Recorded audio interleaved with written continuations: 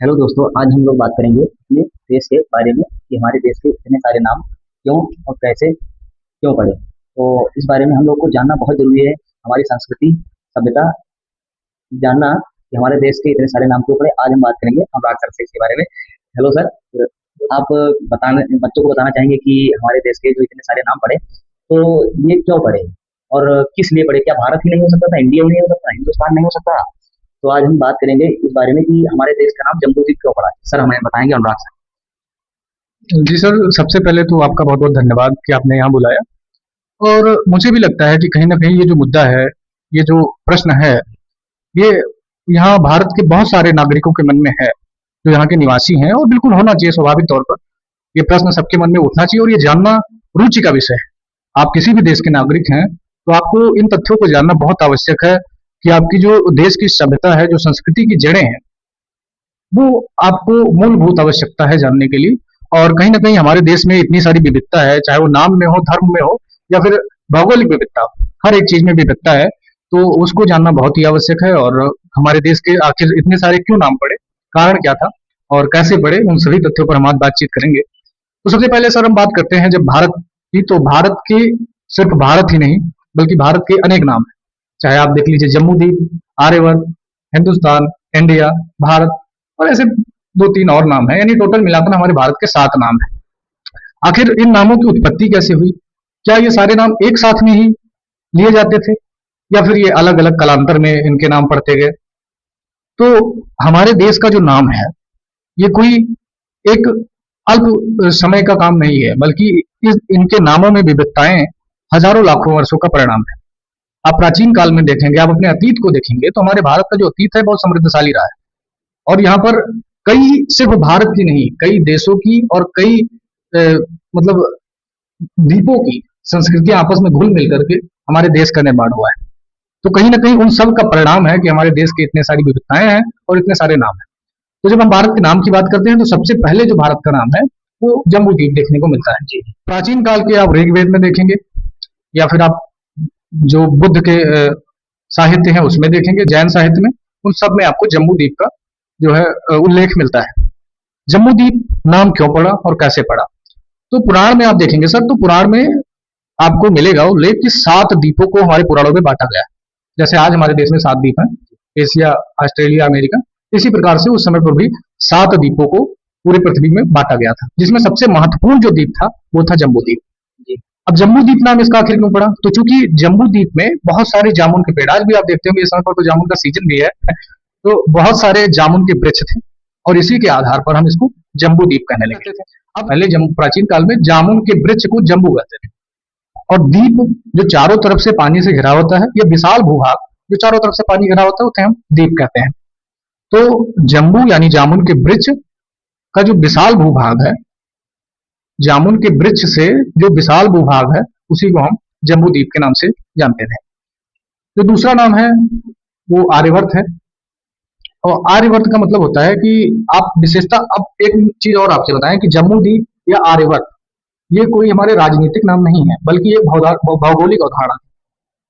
अब आर्यवर्त की जब आप बात करते हैं, तो आर्यवर्त हमारे खासकर उत्तर पूर्वी या उत्तर पश्चिम भारत में, जिसमें आपका बिहार, उत्तर प्रदेश और मध्य प्रदेश वगैरह वगैरह आ जाते हैं। तो यहाँ पर यूनानी, ईरानी जो मतलब विस्थापन किए और यहाँ पर आके बसे, उनको हम आर्य कहते थे। आप प्राचीन इतिहास में जब पढ़ेंगे, तो वहाँ पर देखेंगे जो आपके ईरानी, यूनानी शासक आए, वो वहाँ पर उनका जो मुख्य क्रियाकलाप था, वो उत्तर प्रदेश, बिहार और इन क्षेत्रों में था।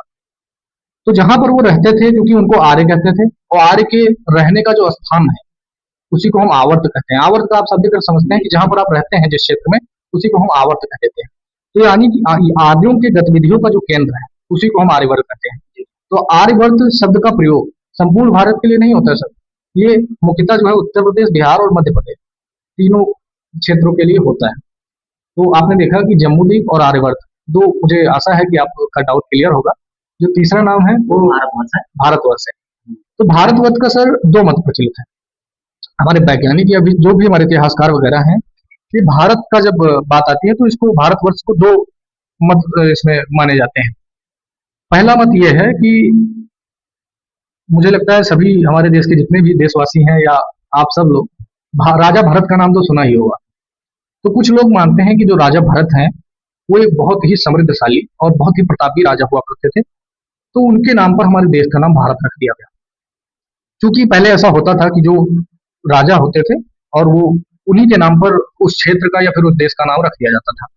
एक मत तो ये है कि महाराजा जो भरत थे उनके नाम पर हमारे देश का नाम भारत पड़ा। जबकि कुछ लोग ऐसा मानते हैं कि प्राचीन काल में जब आप देखते हैं तो खासकर ऋग्वेद में, तो ऋग्वेद में आप देखेंगे बहुत सारे जो है कबीले हुआ करते थे प्राचीन काल में। तो कबीलों के अलग अलग नाम हुआ करते थे। कबीले क्या है? कबीले मतलब लोगों के समूह, मतलब 10, 20, 50 लोग, 100 लोग, जितने भी लोग आपस में समूह बनाकर रहते थे उन्हीं को हम प्राचीन काल में कबीला कह देते थे। और उन कबीलों के अलग अलग नाम होते थे। तो इसी प्रकार का एक कबीला हमारा उत्तर पश्चिम भारत में रहता था जिसको हम भरत कबीले के नाम से जानते थे। तो कुछ लोग मानते हैं कि इस भरत कबीले के नाम पर हमारे देश का नाम भारत पड़ा। तो हमने बताया कि भारतवर्ष नाम पर दो मत प्रचलित, एक राजा भरत वाला और दूसरा ये भरत कबीला वाला। तो आपका 3 नाम तो क्लियर हो गया होगा, एक भारतवर्ष को जम्मूद्वीप, आर्यवर्त, आर्यवर्त, भारतवर्ष, चौथा नाम है हिंद। हिंद। तो जो चौथा नाम हिंद है सर, तो यहाँ पर हमारे उत्तर पश्चिम भारत में एक सिंधु नदी है जिसको इंडस रिवर कहते हैं। तो जो सिंधु नदी है, तो जो यूनानी या फारसी शासक जो आए तो वो उनका जो उच्चारण है वो सा को हा, मतलब उनका जो उच्चारण है वो जो हमारे यहाँ सा शब्द है उसका उच्चारण उनके यहाँ हा होता है। तो जैसे अपने यहाँ सिंधु नदी थी तो उनके यहाँ सा चूंकि हा अर्थों में होता है तो वो हिंदू कहने लगे, हिंदू। यानी सिंधु नदी को उनका उच्चारण हा से होता था, वो हिंद कहने लगे। हाँ सर, तो हम बात करेंगे कि आपने 4 नाम तो बता दिया, ठीक। जिसमें आपने बताया आर्यवर्त और जम्बूद्वीप और हिंद और भारतवर्ष, 4 नाम आपने बताया। 5वां नाम हमारे देश का है हिंदुस्तान, जो कि सबसे ज्यादा प्रचलित है। और देखा जाए तो इसे सबसे ज्यादा लोकप्रिय माना जाता है कि हिंदुस्तान जिंदाबाद या कुछ भी ऐसे नारे आते हैं हमारे देश में, सबसे ज्यादा यही प्रचलित है। तो आप इसके बारे में थोड़ा सा बच्चों को बताएं। जी सर, हिंदुस्तान नाम कहीं ना कहीं हमारे देश का एक विशेष छवि जो वैश्विक स्तर पर हवा प्रदान करता है। और हिंदुस्तान नाम जो मुख्यतः इसका प्रचलन जो हुआ ये मध्यकाल में मुगल के कालों में हुआ। हिंदुस्तान नाम जो अपने मुख्य आकार जो पाया हिंदुस्तान नाम ने, ये आपका मध्यकाल में पाया। अब हिंदुस्तान, हिंदुस्तान को जब आप तोड़ेंगे सर इस शब्द को, तो इसमें 2 शब्द में टूटता है हिंदुस्तान, एक हिंदू प्लस स्थान। स्थान का मतलब होता है स्थान से या क्षेत्र से, और हिंदू एक जाति है। तो हिंदुस्तान जो है इसको, इसका जो अर्थ है वो निकल कर यह आता है कि ऐसा क्षेत्र या ऐसा स्थान जहां पर एक बड़ी संख्या में हिंदू आबादी या हिंदू जो धर्म को मानने वाले लोग हैं वो निवास करते हैं, उसको हम हिंदुस्तान कहते हैं। तो इसका जो संबंध है वो मुगल काल से है, और जो मुख्य आकार हिंदुस्तान नाम का आया वो मध्यकाल या फिर आपके मुगल काल में आया। तो हिंदुस्तान नाम भी आप और 6वां नाम हमारे देश का इंडिया है, जो कि अंग्रेजों द्वारा शायद दिया गया, तो इसके बारे में थोड़ा आप बताएंगे। हाँ सर, तो इंडिया जो नाम है हमारे देश को विदेशों में या फिर वैश्विक स्तर पर लोग इंडिया नाम से ही जानते हैं। और हमारा संविधान भी कहता है, संविधान में हमारे जो आर्टिकल 1 है उसमें भी लिखा है भारत या इंडिया राज्यों का संघ, यानी 2 ही नामों का आधिकारिक तौर पर हमें उल्लेख मिलता है, एक भारत और एक इंडिया। तो ये नाम तो जानना हमारे लिए बहुत ही आवश्यक है। तो और जो विदेशों में है उसको लोग हिंदुस्तान या फिर इतने सारे नामों से नहीं जानते हैं। जो विदेश के लोग हैं वो हमारे देश को इंडिया नाम से ही जानते हैं। तो ये नाम तो जरूरी है। अब इसकी उत्पत्ति कहाँ से हुई वो देख लेते हैं। तो मैंने आपसे बताया कि जब हमारे देश में, मैंने फारसी बताया था कि फारसी आया तो वो सा को हा से उच्चारण करते थे, जिसके आधार पर हमारे देश का नाम हिंदुस्तान पड़ा था। इसी प्रकार से हमारे देश में जब यूनानी आते हैं, तो यूनानी, चूंकि सिंधु नदी थी हमारे देश में, तो यूनानी जो है मतलब जो सा था उसका उच्चारण, मतलब सिंधु नदी जो थी उसका उच्चारण इंदु नदी से करते थे। मतलब वो सा का उच्चारण ई से करते थे, उसी टाइप का जैसे मैंने बताया था हिंदुस्तान वाले में। हाँ हाँ, और इसमें सा से मतलब ई से करते थे सा का उच्चारण। तो वो सिंधु नदी के आधार पर इसको इंदु नदी कहने लगे, या इसी को इंग्लिश में इंडस इंडस कहने लगे। इंडस इंडस सिंधु नदी को इंडस रिवर कहने लगे। अब इंडस रिवर ये काफी समय तक ऐसे प्रचलन में था। बाद में जब यूनानी मतलब हमारे रोमन आए या फिर ये जो अंग्रेज लोग आए, इन्होंने फिर उसका इंडस को ही इंडिया बना दिया। मतलब इंडस शब्द को थोड़ा सा संशोधन करते हुए उसी शब्द को इंडिया नाम दे दिया, जो आज हमारे देश में या हमारे संविधान में इंडिया शब्द का उल्लेख है। और वैश्विक स्तर पर इंडिया शब्द से ही लोग में पहचानते हैं। और 7वां और सबसे लास्ट नाम हमारे देश का भारत है, जो सबसे ज्यादा प्रचलित है, जिसे इसमें नारा भी है भारत माता की जय। तो इसके बारे में आप बच्चों को थोड़ा बता दीजिए। जी, तो जब आपने भारत कहा सर, तो मैंने पहले भारतवर्ष में बता भी दिया था कि हमारे दो मत हैं, जो हमारे भारतवर्ष या फिर भारत नाम पड़ा, और हमारे कहीं ना कहीं कॉन्स्टिट्यूशन में भी आर्टिकल 1 में लिखा है, यानी भारत या इंडिया राज्यों का संघ है। तो भारत जो नाम है, हमारे देश में दो ही नाम आधिकारिक तौर पर माने जाते हैं, एक भारत और एक इंडिया। तो भारत नाम उत्पत्ति कहाँ से हुई, ये मैंने पहले भी बता दिया था भारतवर्ष वाले में, कि राजा भरत थे या फिर एक भरत कबीला हुआ करता था, दो मत प्रचलित हैं, उन्हीं के आधार पर हमारे देश का नाम भारत पड़ा, जो मुख्य तौर पर माना जाता है।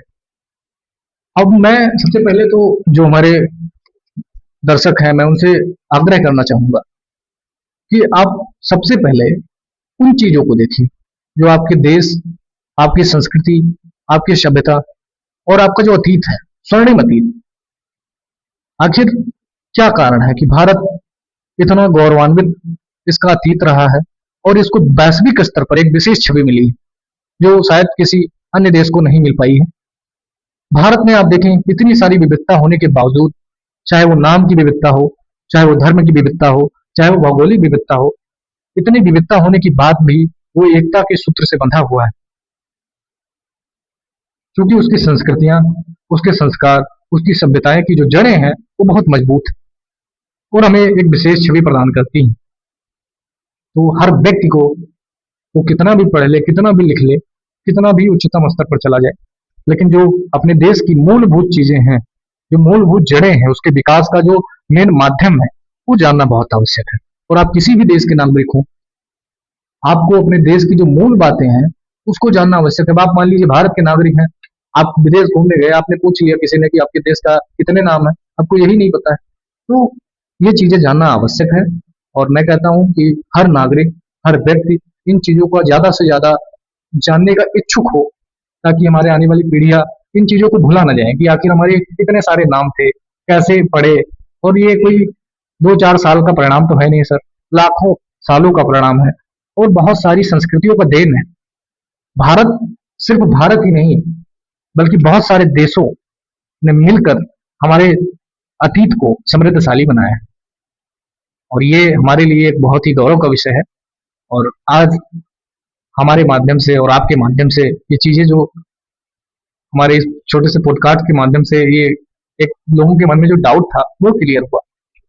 ये रोचक विषय है और हम लोग दोस्तों ये जो कार्यक्रम चला रहे हैं, बहुत सारे लोग हैं, बहुत सारे यूट्यूब के ऐसे कार्यक्रम हैं जो पठन पाठन का कार्य करते हैं, लेकिन हमारा जो ये मकसद है ये कार्यक्रम चलाने का, वो ये है कि हम जो है ऐसे मनोरंजन के तौर पर इन चीजों को समझ सकें, मतलब आपको कुछ बोरिंग ना लगे। यहाँ पर हम लोग चर्चा कर रहे हैं, 2-4 मिनट का विषय रहता है और उसको थोड़ा सा इफेक्टिव बना करके आपको हंसाते और ऐसे मनोरंजन के तौर पर काफी चीजें जो आपको जानना बहुत ही आवश्यक है वो चीजें सिखा चुके हैं। हमारा जो मेन मकसद है वो ये है, इसीलिए हमने इस कार्यक्रम को शुरुआत किया है। अब आप लोगों का अगर हमें समर्थन मिलता है तो निश्चित तौर पर हम कुछ अच्छा करेंगे और ऐसे नई नई चीजें लाते रहेंगे जो आपके लिए जानना मतलब बहुत ही आवश्यक है, जो रोचक विषय है। और हमारे सर है, ये भी आपसे कुछ बताना चाहें तो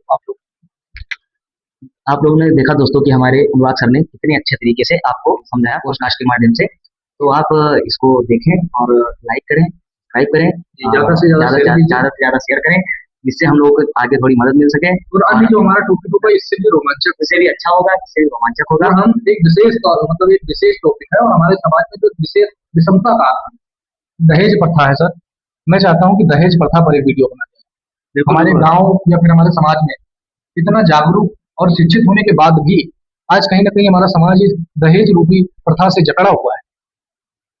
बिल्कुल बिल्कुल, बहुत ही मतलब मुझे लगता है सर कि ये बड़ा ही गलत विषय है और हमारे देश के जो नागरिक हैं, हमारे देश के जो लोग हैं, उनको जागरूक होने की आवश्यकता है। तो इस पर अगला जो नेक्स्ट वीडियो है सर, मैं चाहता हूँ आपसे निवेदन करता हूँ ये दहेज प्रथा पर बनाया जाए। बिल्कुल बिल्कुल, आप बात बनी जाएगी और वीडियो दहेज प्रथा पर कल या परसों में आपको मिल जाएगी। ठीक है फिर दोस्तों, मिलते हैं फिर। बहुत बहुत धन्यवाद।